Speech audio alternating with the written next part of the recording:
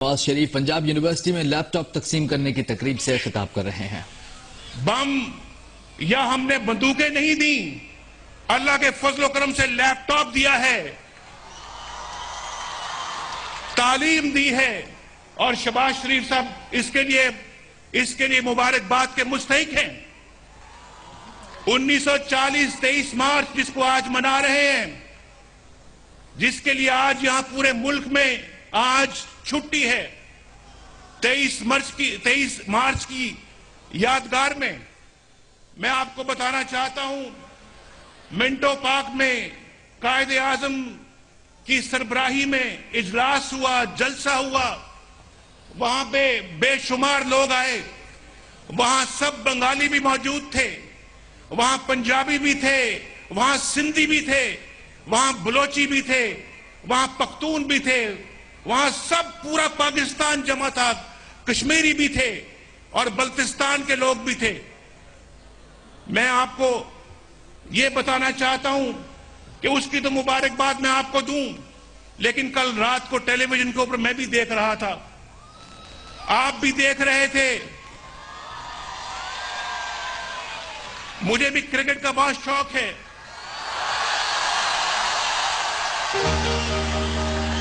मैंने भी क्रिकेट खेली है इस मुल्क में और आपको शायद हैरानगी होगी कि मैं भी साइड मैच खेला था वर्ल्ड 11 के खिलाफ पाकिस्तान में, और उसके बाद वेस्ट इंडीज के खिलाफ भी मैंने साइड मैच खेला था। नहीं आप नहीं थे उस वक्त। ये कहते थे मैं भी आपके साथ था, मैंने कहा आप मेरे साथ उस वक्त नहीं थे, ये आप बहुत बाद में आए हैं। तो मैं कहने ये लगा हूं कि मुझे भी क्रिकेट का बहुत शौक है। मैंने भी कल मैच देखा और फिर 2 दिन पहले भी मैंने मैच देखा पाकिस्तान और इंडिया का, और कल जब हम मैच जीते हैं तो बड़ी खुशी का इजहार हो रहा था।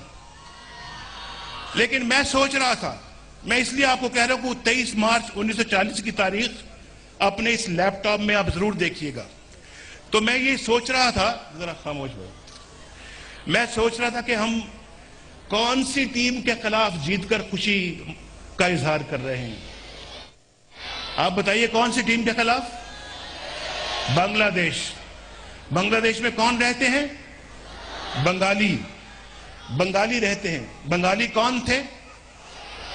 जिन्होंने पाकिस्तान बनाने के लिए सबसे ज्यादा जदोजहद की थी।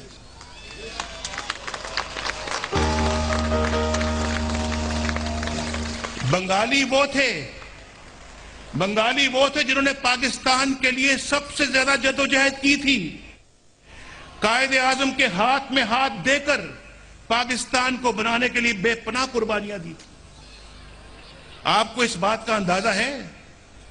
फिर बंगाल पाकिस्तान का हिस्सा बना और मशरकी पाकिस्तान कहलाया बंगाल, और फिर ये हिस्सा जो है, ये जहां आप आज बैठे हुए हैं यहां पे, ये मगरबी पाकिस्तान कहलाया, और उसका दारुल खिलाफा मगरबी पाकिस्तान का लाहौर था, और फिर दारुल खिलाफा मशरकी पाकिस्तान का ढाका था, ढाका, और पाकिस्तान का दारुल खिलाफा कराची था। ये बच्चों और बच्चियां जो यहां बैठी हुई हैं और असातिज़ा कराम भी यहां, असातिज़ा कराम यकीनन बहुत कुछ जानते हैं, लेकिन मैं अपने इन बच्चों और बच्चियों को बताना चाहता हूं कि कल एक टीम जीती और एक टीम हारी। मुझे नहीं समझ आई कि मैं किसको मुबारकबाद दूं और किसको हारने के लिए उसके साथ अफसोस करूं। वो भी तो अपने थे एक जमाने में, और हमारी हर जीत का, हमारी हर हार का हिस्सा होते थे। आपको याद होना चाहिए कि जब हिंदुस्तान के साथ 1965 में जंग हुई थी, 1965 में हिंदुस्तान के साथ पाकिस्तान की जंग हुई थी, उसमें पाकिस्तान के लिए बंगाली पेश थे। एमएम आलम का नाम सुना आपने कभी? MM आलम ने तारीख में नाम पैदा किया था। वो बंगाल का बंगाली था और उसने अपने यानी पाकिस्तान एयरफोर्स का जहाज उड़ाकर हिंदुस्तान की उसने जहाजों की धज्जियां उड़ा दी थी और उनको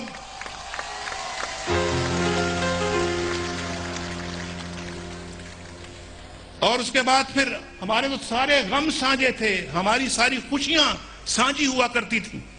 लेकिन आप देखें वो 22 मार्च को जब 1940 को सब इकट्ठे थे और फिर जिसमें ना कोई बंगाली था, ना कोई बलोची था, ना कोई पंजाबी था, ना कोई पख्तून था, सिर्फ पाकिस्तानी थे सब लोग।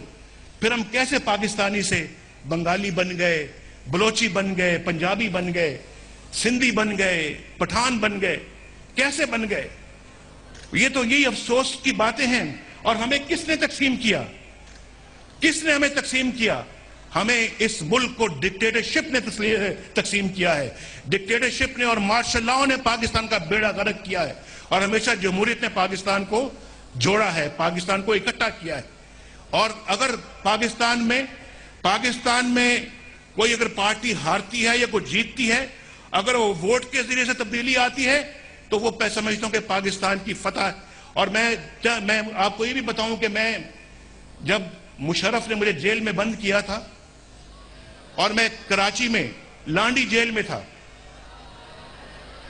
मुशर्रफ ने जब जेल में बंद किया तो मुझे ऐसे कमरे में बंद किया जहां बाहर दिन का उजाला नजर नहीं आता था और शीशों को काला कागज लगा दिया, बाहर से शीशों को पेंट कर दिया और खिड़की एक छोटी सी थी, ना उसमें धूप की कोई किरण नजर आती थी, ना उसमें रोशनी नजर आती थी। दिन में सारा दिन और सारी रात अंधेरा होता था। एक छोटा सा बल्ब होता था जो जलता था और बहुत छोटा सा कमरा था, उसमें मुझे रखा हुआ था उन्होंने।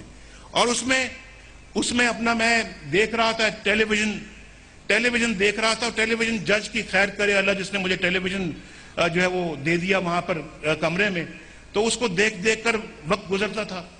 तो एक डिबेट लगी थी बीबीसी पर, जो बीबीसी उस पर एक डिबेट चल रही थी टेलीविजन के ऊपर और उसका उन्वान था कि हिंदुस्तान का पिछले 50 सालों यानी 50 साल पूरे हो चुके थे हिंदुस्तान की आजादी को भी और पाकिस्तान की आजादी को भी।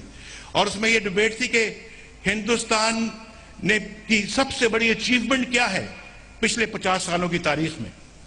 उसमें तमाम साबका वजीर आजम मौजूद थे उस डिबेट में और काफी ऑडियंस काफी थी और वो बीबीसी उसको डिबेट को कंडक्ट कर रहा था। तो उसमें उन्होंने कहा जी कि क्या है सबसे बड़ी अचीवमेंट हिंदुस्तान की, तो उसमें से किसी ने ये नहीं कहा। यूनानिमस जो फैसला था, जो मुत्तफिका जो फैसला था, वो ये था कि हिंदुस्तान की the biggest achievement of India is that India has upheld the sanctity of the ballot box. यानी इंडिया की सबसे बड़ी जो अचीवमेंट है वो है डेमोक्रेसी, जमहूरियत, जिसके जरिए से हिंदुस्तान ने तरक्की की है। किसी ने यह नहीं कहा कि हिंदुस्तान न्यूक्लियर ताकत है, ये उसकी सबसे बड़ी अचीवमेंट है।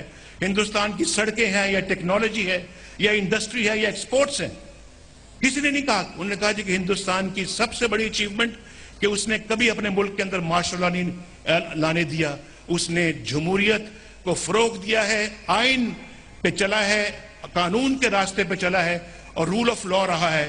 तो ये हिंदुस्तान की सबसे बड़ी अचीवमेंट है और हिंदुस्तानियों को इस पे फख्र है। क्या ये हम फख्र कर सकते हैं इस मुल्क के अंदर? हम ये फख्र नहीं कर सकते। इस मुल्क के अंदर तो आइन टूटते रहे हैं, कानून टूटते रहे हैं, अदालतें टूटती रही हैं, जज गिरफ्तार होते रहे हैं। जज गिरफ्तार आपके सामने हुए या नहीं हुए? बोले। आप तो अभी यंग लोग हैं, आपने वो मंजर देखा था जब मुशर्रफ ने जजों को निकालकर उनको घरों में नजर बंद कर दिया था।